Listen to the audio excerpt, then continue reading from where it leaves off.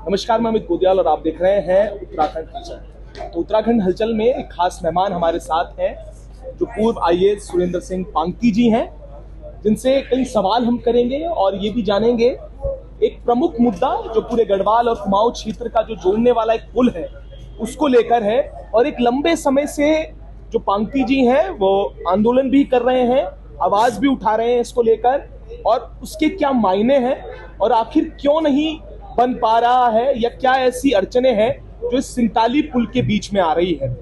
तो सर, पहले तो स्वागत है आपका उत्तराखंड हलचल में। सर, सीधे सवाल एक मैं करना चाहूंगा, सिंगताली पुल को लेकर लंबे समय से लोग तो आंदोलन कर ही रहे हैं, पर सवाल यहाँ पर यह है कि मुख्य कारण क्या है जो सिंगताली पुल है वो अब तक नहीं बन पाया या उसमें हमेशा एक अड़चन आती रही। क्या कहते हैं, क्या कहना चाहेंगे इस पर? जो हमको जानकारी दी गई है सरकार की तरफ से, विभाग की तरफ से, वो यही कहते हैं कि जो पुल हम बनाना चाह रहे थे, सारे उसकी जितनी प्रक्रिया है पूरी कर ली थी और जनवरी 2020 में इसका टेंडर होना था। बिल्कुल। तो टेंडर होने का मतलब आप जानते हैं कि जब सारी कार्रवाई पूरी हो जाती है, सारे तरफ से जो अनापत्ति पत्र प्राप्त हो जाता है, तो तब जाके टेंडर होता है। तो लास्ट फेज में, अंतिम समय, उस समय तत्कालीन मुख्यमंत्री के दफ्तर में एक आईएएस ऑफिसर जो सेक्रेटरी के पद पर थे, रिटायर हो गए हैं, उनके एक जीओ ने उसको रोक दिया और उस जीओ में कोई कारण नहीं बताया गया कि ये क्यों रोका गया। ये कहा गया कि ये पुल यहाँ पर नहीं बनेगा। बाद में बयान दिया गया कि इसको 3 किलोमीटर नीचे या 3 किलोमीटर ऊपर बनाएंगे। तो चलो, हम कहते 3 किलोमीटर नीचे बना लेते, वो ही नहीं किया, प्रक्रिया नहीं की। तो ऊपर तो नहीं बन सकता है, टेक्निकली हमने देखा उसको, नीचे बन सकता है, लेकिन वो भी नहीं किया उन्होंने। सिंगताली आप जानते हैं गांव का नाम है, और जब यहाँ से आप श्रीनगर की तरफ जाते हैं, देवराग से पहले घाटी आते, वहाँ पैदल पुल है आज भी। तो उसके आधार पर देखिए, ये इसके आधार पर जब खंडूरी जब भूतल परिवहन मंत्री थे केंद्र में, उस समय हमने योजना बनाई थी, बना के उसका बाकायदा डिटेल नक्शे के साथ दिया था उनको।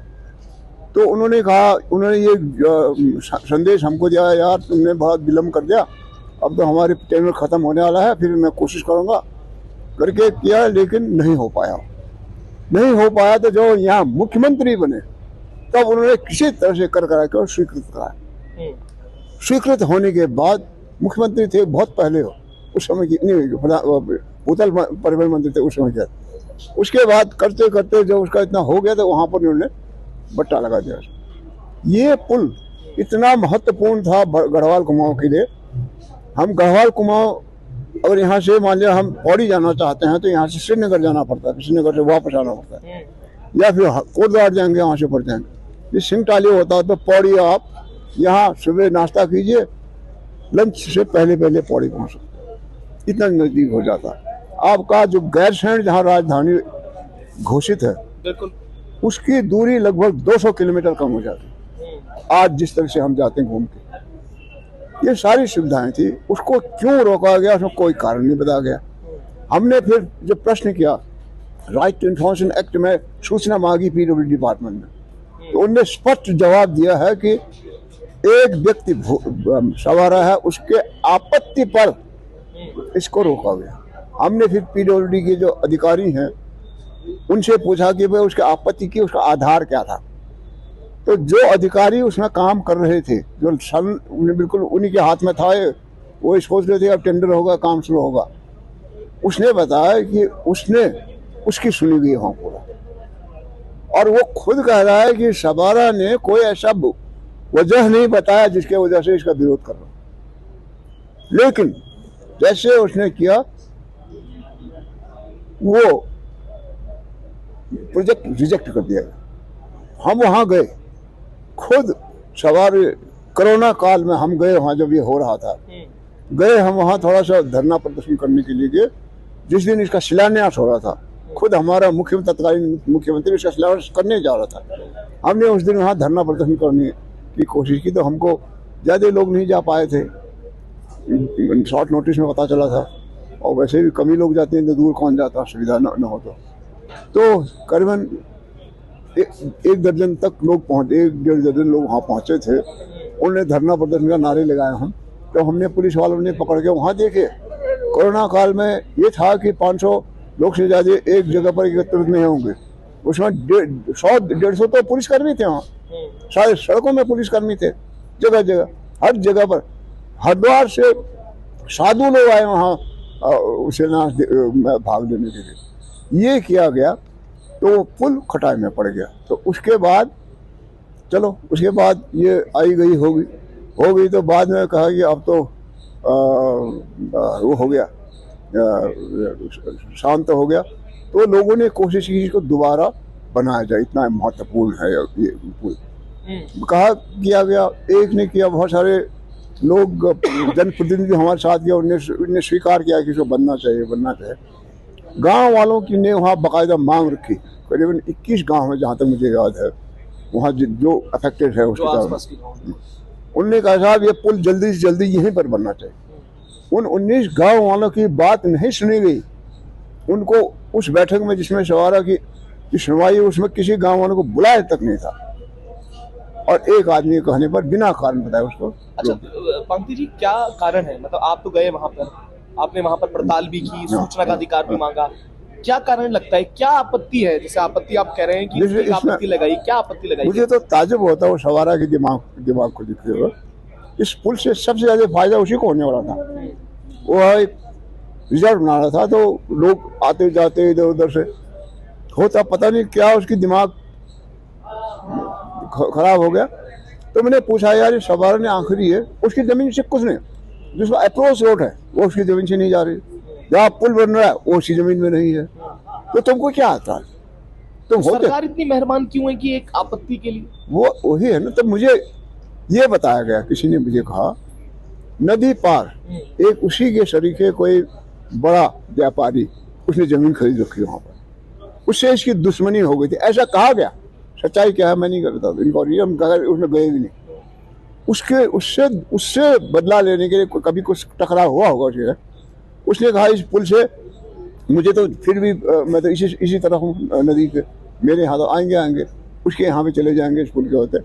इसने उसने एतराज़ किया, ये कहा जाता है, मुझे मालूम नहीं। बाकी कोई कारण मुझे समझ में नहीं आ रहा उसने ऐसा क्यों किया और क्यों उसको रोका हो गया। उससे देखे ये नयार और गंगा नदी के किनारे वो है क्या वो घाटी है ना, क्या घाटी कह रहा था, ब्यास घाट। ब्यास घाट का शास्त्रों में उसका नाम लिखा गया है इंद्रप्रयाग। उत्तराखंड की धरती में 8 प्रयाग हैं, जिसमें से उत्तराखंड में सबसे पहला प्रयाग इंद्रप्रयाग आता है। उस प्रयाग को हम जानते थे नहीं, उस इतना बड़ा इंद्रप्रयाग, वहाँ कहते हैं इंद्र और सची का विवाह, उससे आगे जो वह ज्वाल्पा देवी है वहाँ उनकी हुई थी, वहीं से जाके इंद्र वहाँ पहुँचा था। इतना पवित्र जगह है, उसको हम अगर ये पुल बन जाता तो ये इंद्रप्रयाग बहुत बड़ा तीर्थ बनता, पूरे भारतवर्ष के लोगों को इंद्रप्रयाग में स्नान करने का मौका मिलता। इतना सुंदर जगह है, आप वहाँ जाओ तो इतना खूबसूरत जगह है। नदी का ये बहाव देखो तो ऐसा टेढ़ा मेढ़ा है, लगता है कि कुछ है ना वहाँ। अगर उसमें उससे गुजरोगे कभी ना, ध्यान अगर आपको याद हो, गुजरोगे तो आपको शहरन होती रहेगी, कुछ है कुछ है, इसकी लोकेशन कुछ ऐसा है कि उससे कुछ शहरन होती। तो ऐसे जगह पर वो पुल चला जाता। पौड़ी से ये जो इलाका है नयार घाटी नेगलेक्ट, पूरे उत्तराखंड के केंद्र में नयार है, ब्यास घाट है। अगर आप नक्शा देखें, बिल्कुल जो खैर ऊपर तो गैर आबादी बहुत कम, जो आबादी वाला क्षेत्र में अगर देखें, आपका ये इंद्रप्रयाग जिसको मैं कह रहा हूँ ब्यास घाट, ये बिल्कुल केंद्र बिंदु में आता है। अरे वहाँ एक तीर्थ बन जाता, इतने लोग उसका स्नान करते, उनको पुण्य मिलता, और हमारे लोगों को, हमारे बच्चों को किसी का होटल चल जाता, रोजगार मिल जाता, किसी का छोटा मोटा वो स्टे होम स्टे बना लेता, कुछ करता, उनको मिलता। उस इलाके में बिल्कुल केंद्र में होने के बावजूद पूरा सबसे नेग्लेक्टेड एरिया। आप चले जाओ, आपको ताजा होता है, यहाँ गांव ही नहीं हो, खेत है चौड़े इतने अच्छे अच्छे, बंजर पड़े, बिल्कुल कहे गए जैसा यहाँ थे। इसमें सर क्या लगता है कि गलत कौन है, गलती किसकी है? अब सवाल तो ये खड़े होते हैं ना कि ठीक है आपने कह दिया कि यहाँ पर एक आपत्ति लगी, पर गलत असल में गलत इसके पीछे के जो सवाल है ना, पर्दे के पीछे इसमें गलत कौन है? इसमें तत्कालीन मुख्यमंत्री और उसके जो अधिकारी थे, इन पर शक किया जा सकता है। मैं ये नहीं कह सकता उन्होंने नहीं किया होगा। तत्कालीन मुख्यमंत्री और उसके मुख्यमंत्री का सचिव जो था, वो रिटायर हो चुका है, उसका नाम नहीं लूँगा, आपको पता चल जाएगा। ठीक है, आपको आप इशारा समझ रहे हो, वैसे ही बदनाम था वो। इन दोनों ने मिल के सवारा से कुछ ले ला के, हो सकता है, संभव है, क्योंकि बाद में भी इनकी जैसी गतिविधि रही उससे भी लगा, उस समय की मुख्यमंत्री की जो गतिविधि उससे लगा हमको कि कहीं न कहीं इनके साथ गठजोड़ कहीं न कहीं है। आप तो खुद ब्यूरोक्रेसी का पार्ट रहे हैं। ब्यूरोक्रेसी 97 से अभी तक बदली है, क्या बदलाव देख रहे हैं आप अभी 97 में, अब 2024 में क्या बदलाव लगता है? ये तो खैर सभी जगह हो गया है, सुनते हैं ऐसा। हम लोग के ज़माने में न केवल अधिकारी बल्कि जो जनप्रतिनिधि थे उनमें कुछ चरित्र दिखता था। वर्तमान में चाहे जनप्रतिनिधि हो चाहे अधिकारी हो, उनका एकमात्र उद्देश्य रह गया पैसा बनाना, किसी तरह से बनाना, धड़ल्ले से बना के एक नहीं कितने आवास बना डालते हैं। उनके होते हुए भी उनके जब पता लगने पर भी उनके खिलाफ कोई कार्रवाई नहीं होती। तो ये शायद ये कारण है जो हमारे पूरे सिस्टम में जो हरास हुआ है, चरित्र हरास हुआ, ये इसका कारण है। और पब्लिक को पता नहीं है, पब्लिक को बताने वाले कोई नहीं है। थोड़े बहुत मीडिया वाले बता दें उनको तो हो सकता है। जब तक दबाव न बने, जब तक सरकार में जो नुमाइंदे उन पर दबाव न बने, तब तक कोई कार्य नहीं। आज वर्तमान में निरंकुश है शासन, चाहे केंद्र में, तो यहाँ तक कहूँ केंद्र शासन और राज्य सरकार जो है ये निरंकुश हो चुका है। इनके मन में कोई भय नहीं।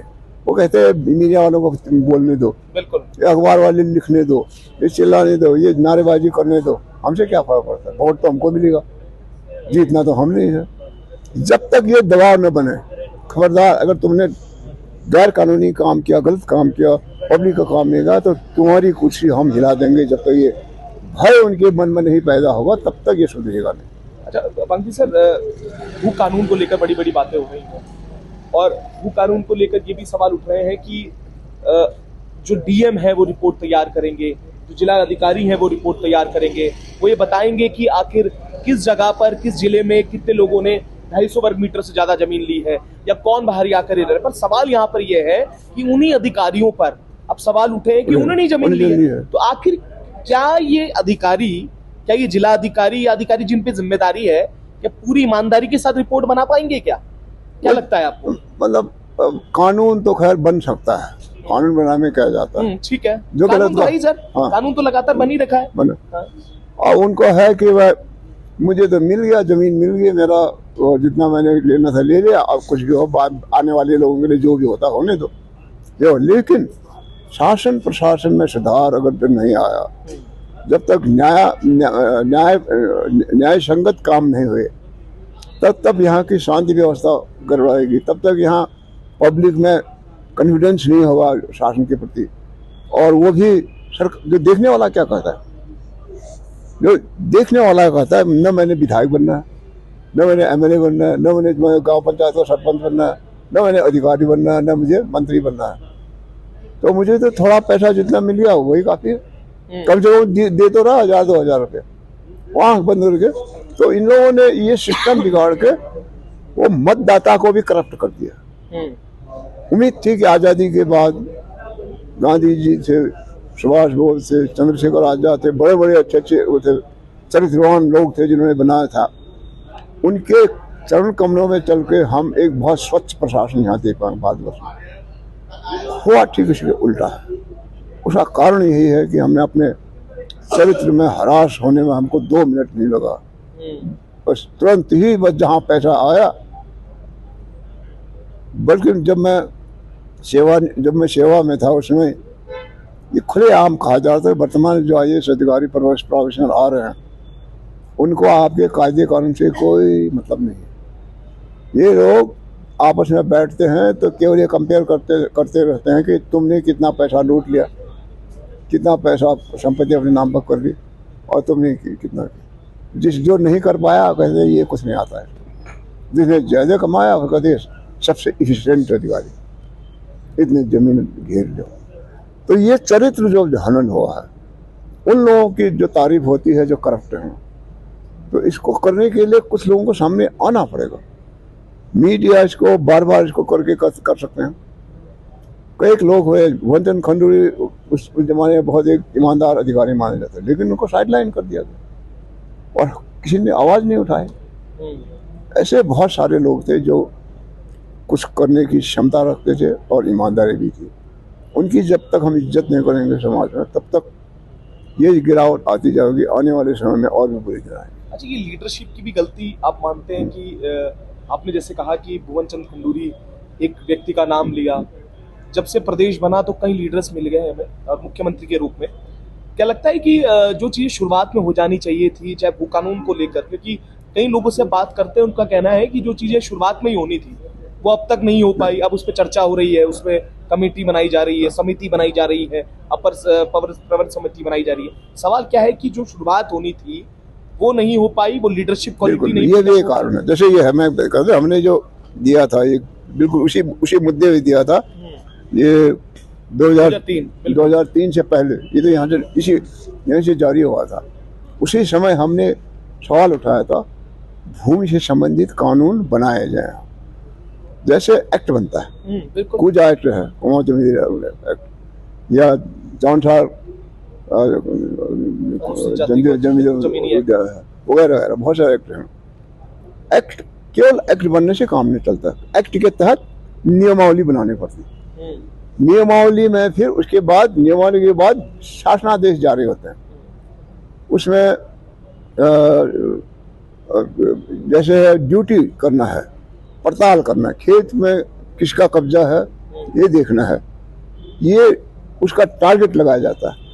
पटवारी जो है अपने कार्यकाल में खेत, हर एक गांव में जो खेत में इतना प्रतिशत खेत में जाके पता करेगा कौन काबिज है, बिल्कुल।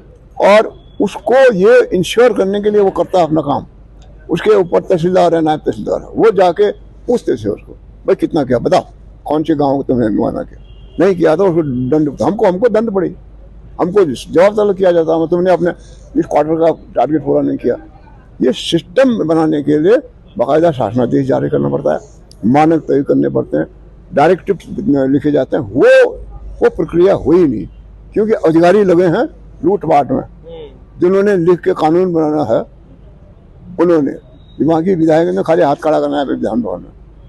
तो इसलिए जो कानून बन रहा है, मैं भगवान करे इनको कोई ऐसा जानकार अधिकारी मिल जाए जो कर सके, वरना जो ये लूट पाट में लगे हुए हैं इनको कदाचित या तो इंटरेस्ट भी नहीं होगा और जानकारी भी नहीं होगी। जब इन्होंने देखा नहीं, उत्तर प्रदेश का राजस्व प्रशासन कहाँ देखा इन्होंने। और एक समय में उत्तर प्रदेश का राजस्व व्यवस्था या शांति व्यवस्था, प्रशासनिक व्यवस्था पूरे भारत में सबसे टॉप में माना जाता था। जो यूनियन टेरिटरी के जितने भी प्रोफेशनल थे वो ट्रेनिंग के लिए उत्तर प्रदेश भेजे जाते थे। जो छोटे राज्य हैं उनके लोगों को ट्रेनिंग के लिए उत्तर प्रदेश भेजा जाता था। धीरे धीरे उत्तर प्रदेश में भी कुछ हरास आया, लेकिन अब भी वहाँ ये सिस्टम मुझे उम्मीद है बदस्तूर होगा। जो हमने अपने जीवन में किया, कराया, हमसे कराया गया, कुछ हम वो नहीं, हम समाज के सेवक नहीं हैं, हमारे ऊपर टारगेट लगा गया तुमने ये करना है, तो वो हमने करना पड़ा, हमने किया। तो ऐसे नियम इत्यादि, ट्रांसफर प्रमोशन के हर एक बात में आपको नियमावली बनानी है, आपने नोटिफिकेशन निकालने हैं, उसके कायदे कानून बनने चाहिए। वो प्रक्रिया शायद यहाँ न्याय विभाग की जिम्मा है। न्याय विभाग को जब रेफर करते जैसे एक्ट में लिखा रहता है, एक्ट में है जैसे कि खसरा खतौनी इस चीज़ से बनेगी, इसके लिए फलाने सेक्शन के तहत नियमावली बनाई जाएगी। तो नियमावली में डिटेल में आता है कितने कुछ खसरा का क्या होगा, खतौनी क्या, जैसे खसरा खतौनी, कोई जानता है खसरा और खतौनी में क्या अंतर है? खसरा को कहते हैं राइट ऑफ पोजीशन, खतौनी कहते हैं राइट ऑफ ओनरशिप, दो अलग है। अब ये अंतर उनको समझना है। ये दो क्यों बना रहे भाई, खसरा और खतौनी? सजरा बनता है, सजरा बनता है नक्शा, सजा में कैजुअल सर्वे होता है, जहाँ सर्वे नहीं हुआ तुमने दोबारा सर्वे किया। अब वो तो जो सेटलमेंट होता था पहले अंग्रेजों के ज़माने में एक था सिस्टम था, हर 40 साल में नए सिरे से सेटलमेंट होगा। वो तो हो नहीं रहा, हो भी नहीं सकता। वो एक दिन सवाल आया था तो मैंने बताया ये आप नहीं कर पाओगे, अगर करोगे तो आप उलझ जाओगे, इसमें इतना उलझ जाओगे कि आप बहुत टाइम जाया होगा।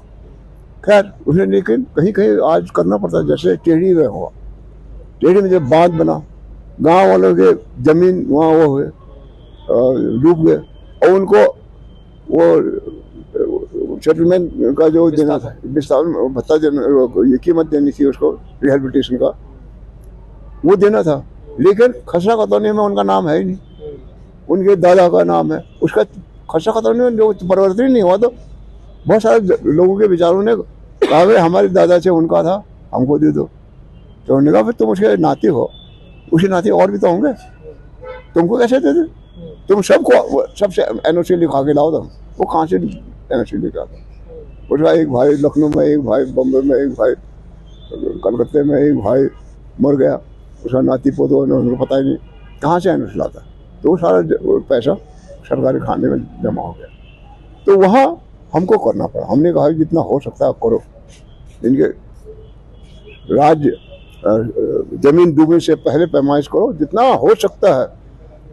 अगर कोई मिलता है जो एक नाती सामने आता है, उसी को लिख लो, गांव वाले से पूछे ये है कि उसी के नाते में, हाँ जो उपस्थित है वहाँ उसके नाम पे डाल दो। अगर उसका दूसरा नाती होगा तो बाद में ऐतराज अपना करता रहेगा। तो ऐसे जगह तो थोड़ा बहुत सेटलमेंट हुआ है, लेकिन अदरवाइज पूरे राज्य में सेटलमेंट न हुआ है। कि लास्ट सेटलमेंट जमींदारी उन्नयन एक्ट लास्ट सेटलमेंट था, उसके बाद कोई सेटलमेंट नहीं हुआ और हो भी नहीं सकता। अच्छा, आखिरी सवाल करूंगा सर कि उत्तराखंड की दशा और दिशा किस तरफ देखते हैं? बहुत बड़ा सवाल है ये, क्योंकि नहीं देखिए 2000 से 24 तक की यात्रा और 24 के बाद अब आगे की यात्रा किस तरफ दिशा जाती हुई दिख रही है, दशा जाती? देखिए उत्तराखंड में हमको सोचना पड़ेगा। देखिए उत्तराखंड में हमारे पास जो संपत्तियां थी, सबसे बड़ी संपत्ति हमारे पास जंगल था। तो पर्यावरण के कारण जंगल हमारे हाथ से निकल गया, उससे कोई फायदा हम नहीं ले सकते। उसके बाद था खनन। हमारे यहाँ रेता, बजरी, बिल्कुल चूना, खड़िया, बागेश्वर जिले में खड़िया बहुत है, वो सब माफिया के हाथ में चला गया। अब ले दे के क्या रह गया था? जल, नदियां। आपको मालूम है आपके एक्ट में, पुनर्गठन अधिनियम में, हमारे सरकार की, उत्तराखंड की जनता की अपने जल में कोई अधिकार नहीं। एक्ट में ही ये डाल दिया गया, इन जल संस्थानों में, इन नदियों में अधिकार उस एक्ट में लिखा है। एक केंद्र सरकार के अध्यक्षता में एक काउंसिल बनाया गया, परिषद बनाया गया, उसका अधिकार। अब वो तो फॉर्चुनेटली उत्तर प्रदेश में उसने शुरुआत में उसको 6 राज्यों को अधिकार दिया जा रहा था कि आप उस केंद्र में जो परिषद बना था उसमें हिमाचल प्रदेश का सदस्य होगा, हरियाणा उसका सदस्य होगा, राजस्थान उसका सदस्य होगा, दिल्ली उसका सदस्य होगा, उत्तर प्रदेश होगा। 6 राज्य उसमें थे। बस जब बाद में हमने हल्ला किया है कि हिमाचल की नदियों में तो हमको कुछ अधिकार नहीं दे रहे, तो हमारी नदियों में उनको अधिकार कैसे दे रहे? हरियाणा के परियोजना में हमको कोई अधिकार नहीं दे रहे, उत्तर प्रदेश के परियोजना जो पहले बन चुके उसमें हमको कुछ अधिकार नहीं दे रहे, हमारी परियोजना उनको क्यों अधिकार दे रहा? तो उन्होंने 6 की जगह 2 किया, उत्तर प्रदेश, उत्तराखंड और केंद्र सरकार। वो परिषद अब भी है, लेकिन उसमें ये करने से क्या हो गया, उत्तर प्रदेश की सारी नदियां आ गई उसमें। तो उत्तर प्रदेश ने कहा कि हम अपने नदियों को मैं उत्तराखंड को क्यों दें? नहीं दिया उन्होंने, नहीं दिया तो तब वो परिषद आज तक गठन नहीं हुआ। लेकिन दूसरी जगह एक उन्होंने प्रावधान कर दिया कि जो परियोजनाएं बन चुकी हैं पहले से, उन परियोजनाओं का जो ठेका किया गया, एग्रीमेंट किया गया, जिस सरकार ने एग्रीमेंट किया उन्हीं उसी सरकार का अधिकार हो।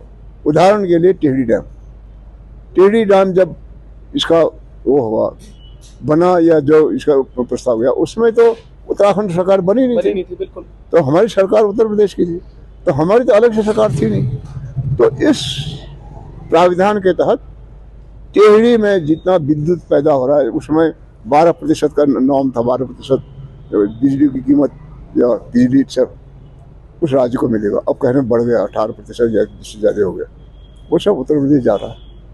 डूबे हमारे लोग, भुगते हमारे लोग, कष्ट और डर आज भी हमको है उससे, लेकिन उसका फायदा कहाँ जा रहा है? लखनऊ।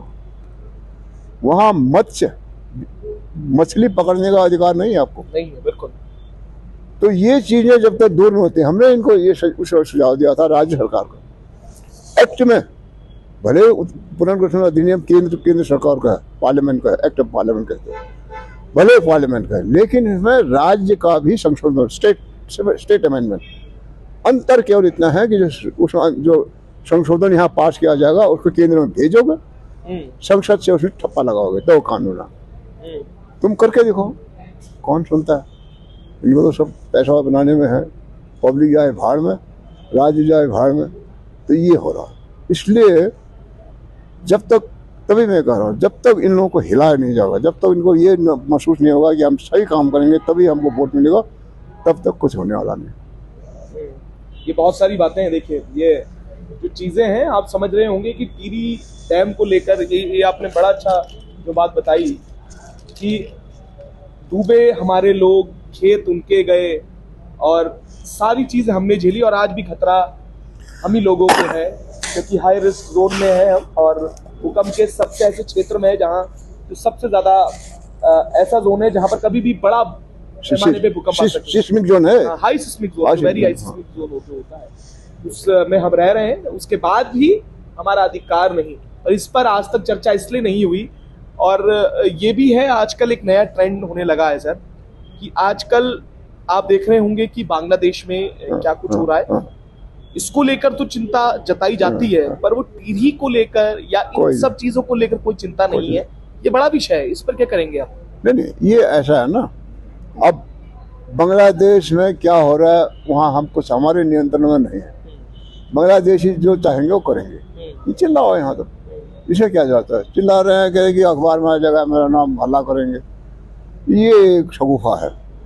लेकिन टेहरी तो हमको पिंच करता है ना, लाभ करेगा तो हमको लाभ होना चाहिए, नुकसान हमें है, नुकसान हमको है, फायदा किसी है। तो ये तो संविधान के खिलाफ है ना, इक्वलिटी बिफोर लॉ, कानून के समक्ष बराबरी का हिस्सा हमको नहीं दिया जा रहा। जल ही नहीं, बहुत सारे परिसंपत्तियां, बिल्कुल हमारे ये हरिद्वार में हमारा टूरिस्ट डिपार्टमेंट का ये था, वो शायद अलकनंदा और अलकनंदा था, वो उत्तर प्रदेश टूरिस्ट कॉर्पोरेशन का था, वो हमको मिलना चाहिए थे क्योंकि इनके एक्ट में है जो परिसंपत्ति जिस राज्य में स्थित है उसी राज्य का होगा। तो ये क्यों नहीं दिया गया हमको? क्यों नहीं हमारे यहाँ के लोग जो यहाँ के हमारे भाग्य विधाता बने हैं, ये लोग सवाल क्यों नहीं उठाते? क्यों नहीं जाके वहाँ? आज तो योगी जी हमारे उत्तर यहीं के हैं। नहीं, पर मैंने ये देखा है सर कि यहाँ के जो नेता है वहाँ जाके नतमस्तक हो जाते हैं। सवाल यही तो है। परिसंपत्ति का जो बंटवारा था वो भी इसलिए शायद नहीं हो पाया क्योंकि यहाँ के जो नेता हैं वो ये कहते हैं कि हम आपको वहां बना के दे देंगे, और या परिसंपत्ति का वो इतना डर क्यों है? ये भी मेरे एक क्या वो लीडरशिप की मैं जो शुरुआत में बात कह रहा था, क्या ये इसका राजनीतिक कारण है, और राजनीतिक जो गठजोड़ है, दिल्ली का जो सरकार है वो उत्तर प्रदेश की सरकार को ज्यादा तवज्जो देगा क्योंकि वहाँ उनकी सीटों की संख्या 80 है। हाँ, लोकसभा सीटों की संख्या आपके पास कितना? 5 सीट है। तो 5 सांसद कितना भी चिल्लाए, हाउस में कोई नहीं सुनेगा। उत्तर प्रदेश का एक सांसद खड़ा हो जाएगा तो सब सुनेंगे भैया ये 80 वाले। तो शायद इस डर से कि अगर हमने नाराज कर दिया तो थोड़ा बहुत जो मिल भी रहा है वो भी नहीं मिलेगा, हम 80 सांसद वाले हैं, तुम चुप रहो। शायद ये डर इनके मन में, और मैं वैसे अनुमान लगा रहा हूँ, या फिर यह है कि उत्तर प्रदेश में जाके वहाँ तो बहुत विकास हो चुका है जमाने में से, क्या क्या बन गया, उनको वहाँ जैसे पहले टेहरी में हुआ था, एक किस्सा मैं आपको बताता हूँ। टेहरी अलग राज्य था, भारतवर्ष का पार्ट नहीं था। टेहरी 49 में आज़ाद हुआ। तो वहाँ के जब वो आए तो उनको कहा कि उन्होंने टेहरी वालों ने सोचा हमने आज़ाद करा अपने राज्य को, अब हम अलग कंट्री की तरफ यहाँ दिल्ली में एम्बेसी बनाएंगे, इस तरह से विचारधारा चल रही थी। तो गोविंद वल्लभ पंत उन दिनों गृह मंत्री थे, वो बहुत चालाक थे, सुलझेवान थे। उन्होंने यहाँ के नेताओं को वहाँ बुलाया। वो वहाँ सबसे बड़ा होटल है, जो अब क्या होटल कहलाता, और सरकारी होटल है, पर्यटन दिल्ली पर्यटन विभाग का। उसके पास जो 5 स्टार होटल में वहाँ उनको कुछ विस्की स्कॉच पिलाया गया। दो दिन तक चुपचाप यहाँ फौज भेज के टेक ओवर कर, यहाँ पुलिस भेजा टेक ओवर करो। और वहाँ उनके जितने थे कर्मचारी सबको भगा दिया वहाँ से। जब 2 दिन खत्म हो गए, उसके बाद तीसरे दिन कहा भाई नाश्ता क्यों नहीं आ रहा है? उनके साथ आपका पैसा खत्म हो गया, आपके 2 दिन का था उतना पैसा निकालो तो देंगे नाश्ता, तो नहीं दिया। तो उनके होश आया उनको कि हम लोग कहाँ फंस गए। तो ये इस किस्म की घटनाएं होती रही है पहले भी, वरना हो सकता है टेढ़ी आज भी कुछ न कुछ बवाल करता है ना। अब आप चुप हैं। अब तो कमलेंद्र शाह पहली सांसद बन के यहाँ गई, उसने बहुत अच्छे काम किए। राजघराने की होते हुए भी उन्होंने बहुत अच्छे काम किए। मैंने किताब लिखी है उसके ऊपर। उन्होंने वो काम किया जो आज के सांसद नहीं कर पा रहे। उन्होंने हाउस में 2 बिल पास किया, एक अनैतिक व्यवहार, महिला अनैतिक व्यवहार पर, एक कुष्ठ रोगियों पर। 2 ऐसे हाउस में बिल पेश किए जो कानून बन के लागू। आज कोई सांसद इनको बिल कैसे पेश करते हैं ये मालूम नहीं। बिल्कुल। तो इसलिए हरास हुआ है, क्या करें, कौन समझाए इनको हमारी बात। देखिए बहुत ऐसी चीज़ें हैं जो शायद अपने आप में, मैंने कहा ना कि जैसे सर ने बताया कि क्या क्या चीज़ें हैं हुई हैं इतिहास के पन्नों में भी, और आज के जो लीडरशिप है उस पर भी बड़े सवाल तो खैर हैं ही, पर जिस पर हमारा हक होना चाहिए था वो नहीं मिला। और अगर हम लास्ट में कंक्लूजन निकाले तो यही है कि अभी कुछ ऐसे व्यक्ति चाहिए, जैसे कहा कि ऐसे लोग चाहिए जो हिला सकें, जो बता सकें कि आज भी हम अपने हकों को लेना जानते हैं। अब देखना है कब तक क्या होता है, पर एक अच्छी चर्चा रही और कई चीज़ें हमें जानने को भी मिली कि ऐसी चीज़ें भी इतिहास में हुई हैं। हम भी लगातार आपको अपडेट करते रहेंगे। तब तक के लिए आप जैसे जुड़े रहिएगा और देखते रहिएगा उत्तराखंड।